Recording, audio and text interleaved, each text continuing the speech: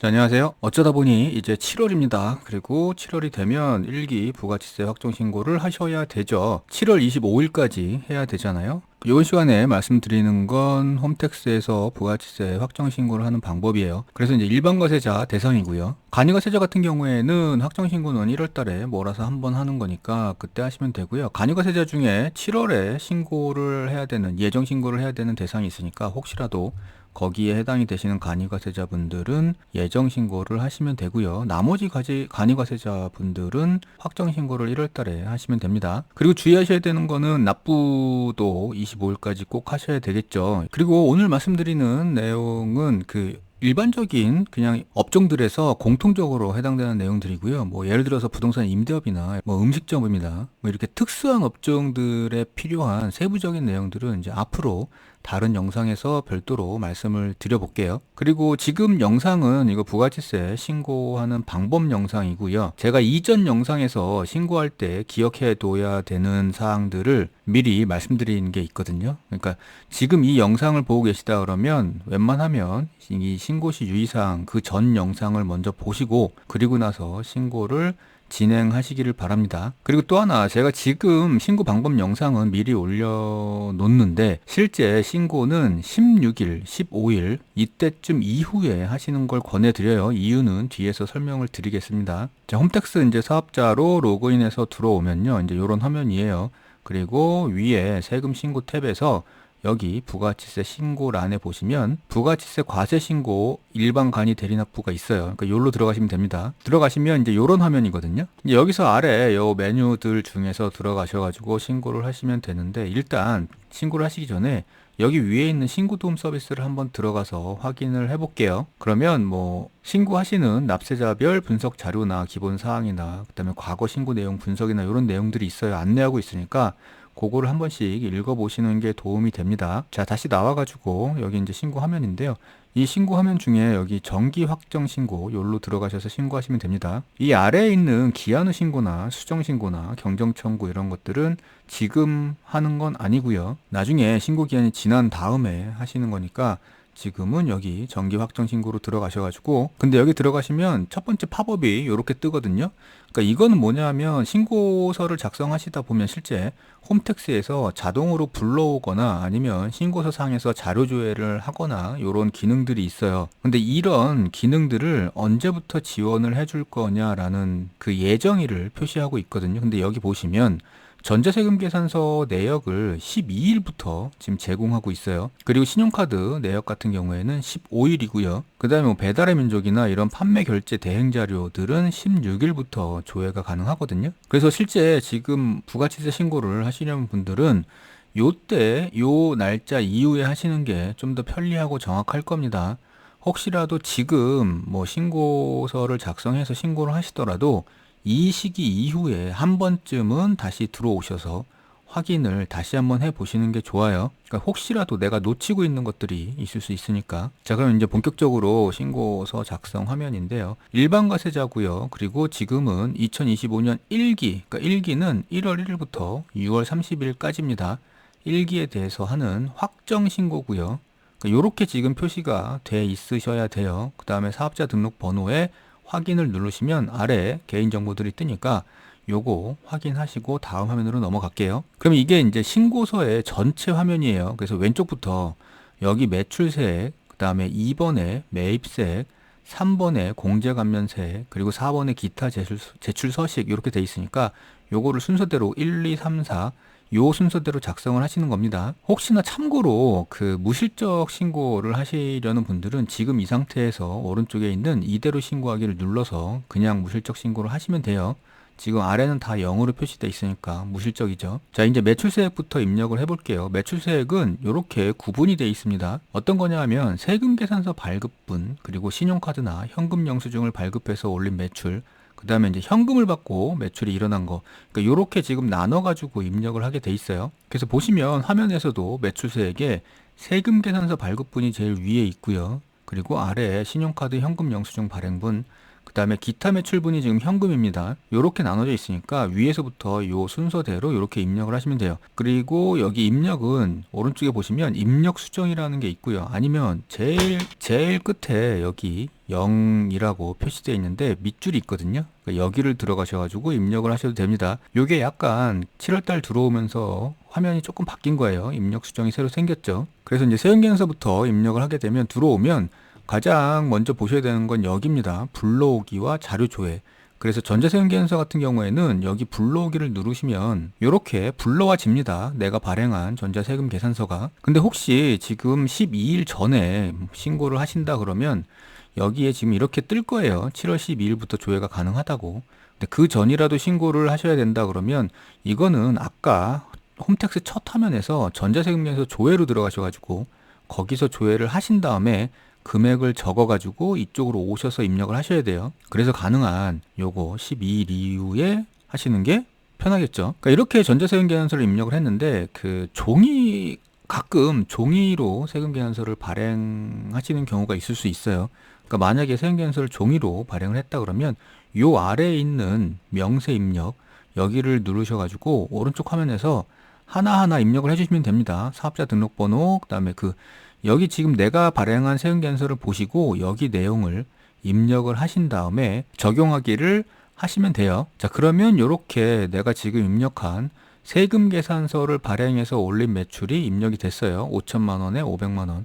자, 이렇게 되면 그 다음에는 신용카드하고 현금영수증 발행분을 입력하면 되죠. 참고로 위에를 보시면 여기에 납부할세액이 실시간으로 계산이 되고 있습니다. 그래서 앞으로 더 추가되거나 아니면 매입세액에 입력해가지고 공제가 되거나 이러면 이 숫자가 바뀔 겁니다. 자, 이제 신용카드 현금영수증 발행분을 들어가 볼게요. 그러면 이렇게 생겼고요. 여기 아래 보시면 신용직불 기명식 선물카드 조회하기가 있고요. 그리고 현금영수증 조회하기가 있어요. 그래서 조회하기를 들어가셔가지고 여기를 입력하시면 됩니다. 그러면 이제 이렇게 생겼죠. 지금 여기 보시면 신용카드 조회하기를 누르면 오른쪽에 이렇게 뜨는데 지금 2025년 1분기하고 2분기죠. 1월달부터 6월달까지니까. 그리고 여기 조회를 누르시면 아래에 내가 신용카드로 올린 매출이 뜰 겁니다. 근데 여기 화면은 지금 두 가지로 나눠져 있어요. 하나는 신용카드 제로페이 매출자료 조회. 그 다음에 아래 보시면 판매 결제 대행 매출 자료 조회 이렇게 별도로 두 개로 나눠져 있습니다. 그래서 위에 신용카드 제로페이 매출 자료 조회는 여기에 내가 신용카드로 매출이 일어난 것들이 여기에 뜰 거고요. 아래에는 지금 뭐 쿠팡이 됐던 네이버 파이낸셜이 됐던 용감한 형제들이 됐던 그러니까 배달의 민족이죠. 그리고 뭐 위대한 형상이 됐던 요런 대행업체 상호가 나타나면서 이 판매 결제 대행 플랫폼에서 일어난 매출들이 여기에 표시가 될 거거든요. 그러면 여기 표시되는 걸 보고 적용하기로 이쪽으로 불러오시면 되는데 요런 판매 결제 대행 매출 자료를 조회하시면 요거를 실제 지금처럼 홈택스에서 조회된 금액하고요. 그리고 해당 플랫폼을 들어가셔가지고 거기서 뭐 부가세 내역 조회나 아니면 부가가치세 자료 조회나 이런 메뉴들을 들어가서 플랫폼에서 제공하고 있는 매출 자료하고요. 두 개를 비교를 해보셔야 돼요. 그래서 차이가 크게 난다 그러면 왜 차이가 나는지를 알아보셔야 됩니다. 그리고 나서 조회 결과 집계를 누르시면 아래에 뜰 거고요. 그리고 적용하기를 하시면 이제 여기에 이렇게 매출분이 들어가겠죠. 그 다음은 이제 현금영수증 조회하기인데 현금영수증을 발행하고 올린 매출이 있다 그러면 현금영수증을 조회하시면 여기에 뜰 겁니다. 마찬가지로 신용카드처럼 적용하기로 이쪽에 적용을 하시면 돼요. 그러면 여기 이렇게 현금영수증이 적용되겠죠? 근데 여기서 하나 알고 가셔야 되는 건 혹시 플랫폼, 그러니까 판매 결제 대행 플랫폼이죠. 그 플랫폼을 통해서 현금영수증 매출이 일어났다 그러면 여기 플랫폼에서 조회했을 때 뜨는 매출 중에 현금영수증 매출은 여기 홈택스에 좀 전에 이 현금영수증 매출에 들어와 있을 겁니다. 그러면 현금영수증 매출이 중복으로 잡히게 되니까 이렇게 됐을 때는 플랫폼 매출 금액 중에서 현금영수증 매출은 제외하고 그리고 나서 입력을 하더라도 입력을 해야 된다는 말입니다. 그 다음에 아래 보시면 신용카드 매출 전표 등 발행 금액 중 세금계산서 발급 내역이 있어요. 이거는 뭐냐면 같은 건에 대해서 신용카드도 발행되고 세금계산서도 발행된 경우 그러니까 이렇게 중복이 된 경우에는 하나를 빼주라는 얘기죠. 그래서 이렇게 중복 발행된 것 중에 골라가지고 여기에 적어주시면 됩니다. 자, 이렇게 되면 세금계산서 매출, 신용카드 현금영수증 매출까지는 끝났어요. 그러니까 이 다음에는 이제 현금 매출을 입력하셔야 되니까 여기 입력 수정으로 들어가셔가지고 현금 매출을 입력하는 겁니다. 이 현금 매출은 뭐 본인만 알고 계시겠죠. 그래서 어느 정도의 현금 매출이 있었는지를 알고 계실 거고 그거를 여기에다가 입력을 해주면 되는데 내가 현금 매출이 500만 원 있었다 그러면 여기 500만 원을 쓰시면은 550만 원이 돼버려요. 그러니까 500만 원 속에는 부가가치세가 포함이 돼 있겠죠. 그래서 그거를 1.1로 나누신 금액을 쓰셔야 됩니다. 이런 식으로. 그래서 부가가치세까지 합쳤을 때 500만 원이 돼야 되는 거예요. 그렇게 되면 세금계산서, 신용카드, 현금영수증, 그 다음에 현금 매출분까지 입력이 다 끝나요. 이제 하셔야 되는 건 과세표준 명세를 입력을 해야 됩니다. 그래서 여기를 들어가 보시면 일단 이렇게 생겼어요. 그래서 지금까지 입력한 매출 금액의 합계가 90,909,001이에요. 근데 이 매출 합계가 어떤 종목, 그러니까 내 사업에 어떤 사업에서 발생했는지를 여기에 써주라는 거예요. 그래서 내가 업종 코드가 하나다 그러면 그냥 전체 금액을 여기에 이렇게 써주시면 되고요. 업종이 여럿이다 그러면 이 전체 매출을 각각 업종에서 어떤 업종에서 얼마가 발생했는지 나눠가지고 이렇게 기입을 해주시면 되는데 이렇게 기입을 해주시면 여기에 합계가 위에서 주어지고 있는 매출 금액 90,909,090과 일치하셔야 됩니다. 이게 금액이 1원이라도 틀리면 안 넘어가요. 그래서 요거는 주의를 하셔야 되고요. 자, 이렇게 하면 매출 쪽에서 세금계산서, 신용카드, 현금영수증, 현금 매출 그리고 이런 거에 대한 과세표준 명세까지 입력이 다 끝났어요. 그래서 위쪽에 보면 매출 합계 금액과 과세표준 명세에 입력한 금액이 일치하죠. 그러니까 이렇게 돼야 됩니다. 근데 만약에 과세사업과 면세사업을 겸업하는 겸업사업자가 있을 수 있거든요. 그러니까 이런 경우에는 아래 보시면 여기 면세 수익 금액 입력하기가 있으니까 요것도 잊지 말고 하셔야 됩니다. 그러니까 일반적인 사업자 같은 경우에는 상관없어요. 자, 이렇게 되면 매출세액 쪽은 이렇게 다 끝나요. 이제 두 번째 매입세액 쪽으로 넘어가서 여기에서 입력을 해야 되는데 매입세액 쪽도 마찬가지예요. 세금계산서 발급받은 거, 그 다음에 신용카드나 현금영수증 발급받은 거 이렇게 나눠서 해야 됩니다. 뭐 현금은 없어요.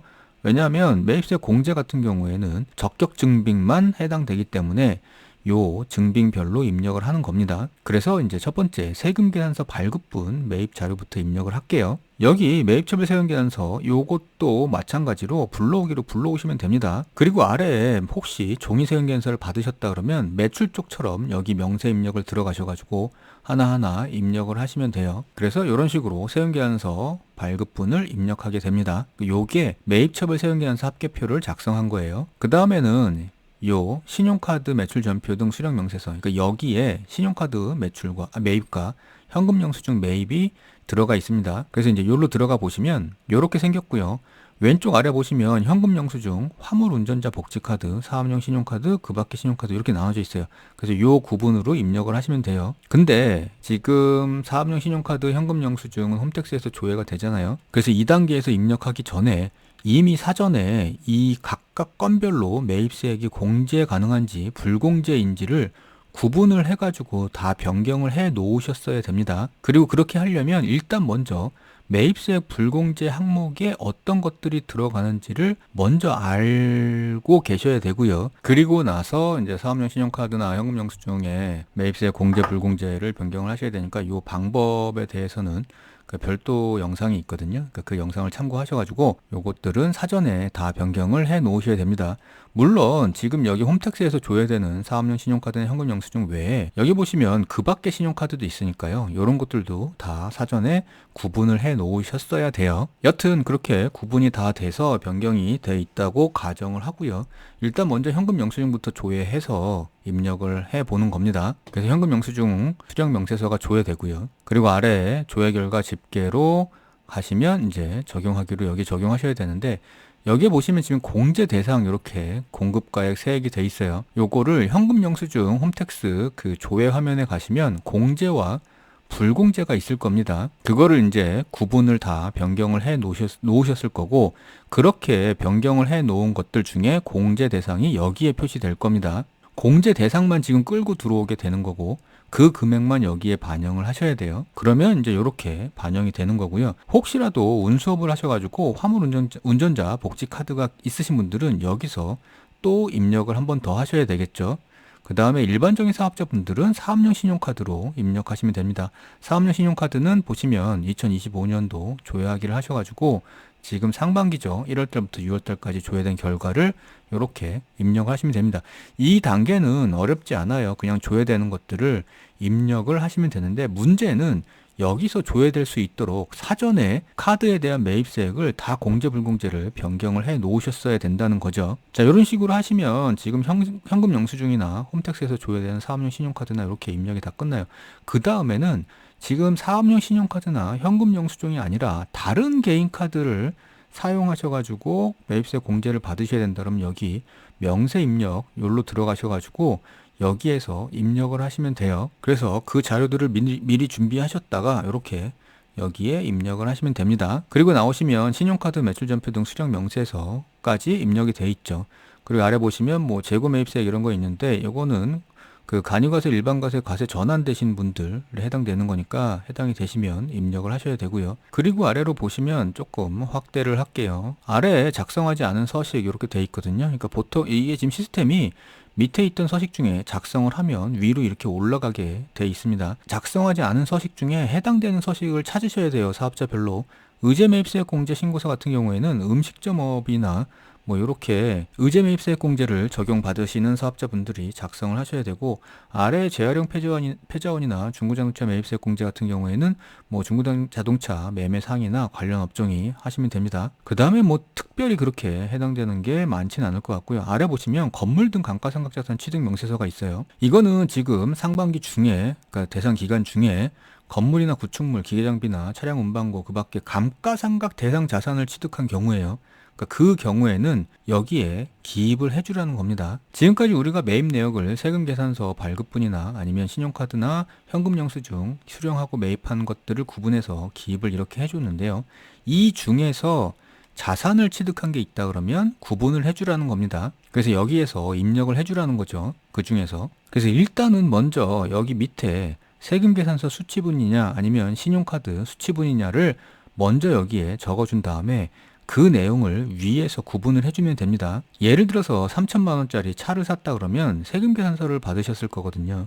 그러면 세금계산서 수치분에 3천만 원이 있고 그 이유가 차량 운반구라는 거죠. 컴퓨터를 뭐 200만 원짜리 샀다 그러면 신용카드로 사셨다고 가정하고요. 신용카드로 200만 원을 샀다고 적고, 그리고 그 밖에 감가상각 자산에 200만 원을 적으시면 돼요. 그런 식으로 적으시면 여기 건물 등 감가상각자산 취득 명세서가 위로 올라오죠. 적었으니까. 그 다음에 이제 두 번째 많이 해당되시는 것들이 공제받지 못할 매입세액 명세서입니다. 우리 매입세액 같은 경우에 여기 지금 세금계산서 발급분 중에 공제받으면 안 되는 매입세액이 있으면 여기서 구분을 하라는 거거든요.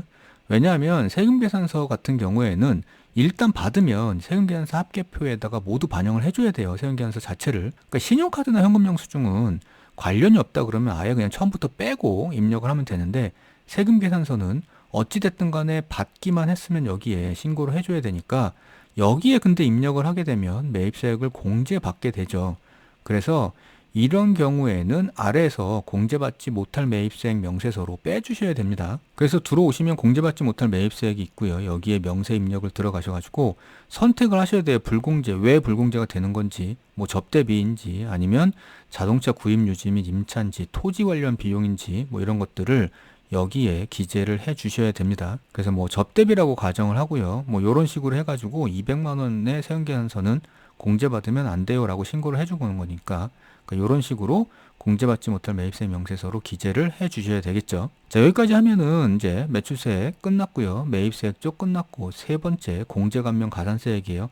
여긴 그렇게 큰 내용은 없는데, 일단 첫 번째는 신용카드 매출전표 등 발행 공제예요. 그러니까 매출 쪽에서 신용카드 발행이 있었다 그러면 그거에 대한 세액 공제가 있을 수 있으니까 거기에 해당되시는 분들은 여기에 들어가서 입력을 하셔야 되는데, 이 발행 공제를 받게 되면 종합소득 금액에 반영돼서 종합소득세 신고를 하실 때 수익 금액에 포함될 수 있습니다. 여기 지금 화면은 자동으로 지금 계산이 돼요. 아래 보시면 신용카드 매출 등에 대한 공제세액에 해당되는 사업자를 표시하고 있어요.